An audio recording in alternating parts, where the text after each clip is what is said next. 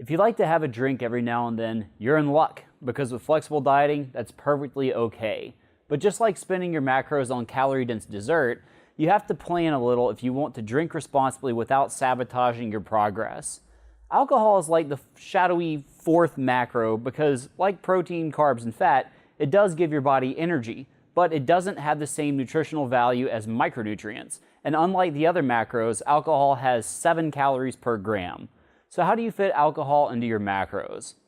Obviously, there's no booze target on your avatar dashboard, but you can substitute carbs and fat for alcohol to make life and tracking easy. The process is pretty simple. Just take the total calorie content of each drink and divide it by 4 if you're going to count it towards carbs, or divide it by 9 if you want to count it towards your fat target. This works because carbs are 4 calories per gram, while fats are 9. Let's look at a real-life example of this. I just got this beer from the gas station. It's a light beer, trying to watch my figure. All right, so let's take a look at the label on it. And you're going to see a few different numbers, but there's really only one important one. You see carbs, percentage of alcohol, but calories is what we want to pay attention to. There's 95 of them.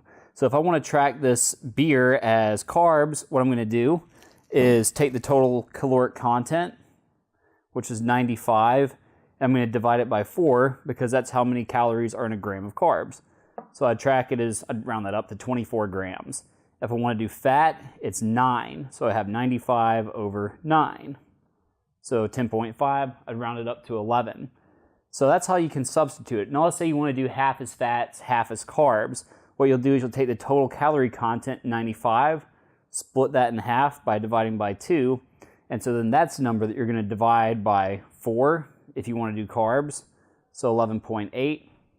And we'll go back, 95 over 2. Divided by 9, so if we're looking at fats, half would be 5.2. And so you just put those carbs and the fats together based off half and half, and that's how you track it. So if we're actually going to do this in the Avatar app, let me just show you real quick how I would do that.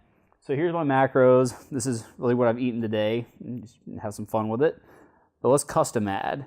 So we're going to call this beer. Beet. Beer.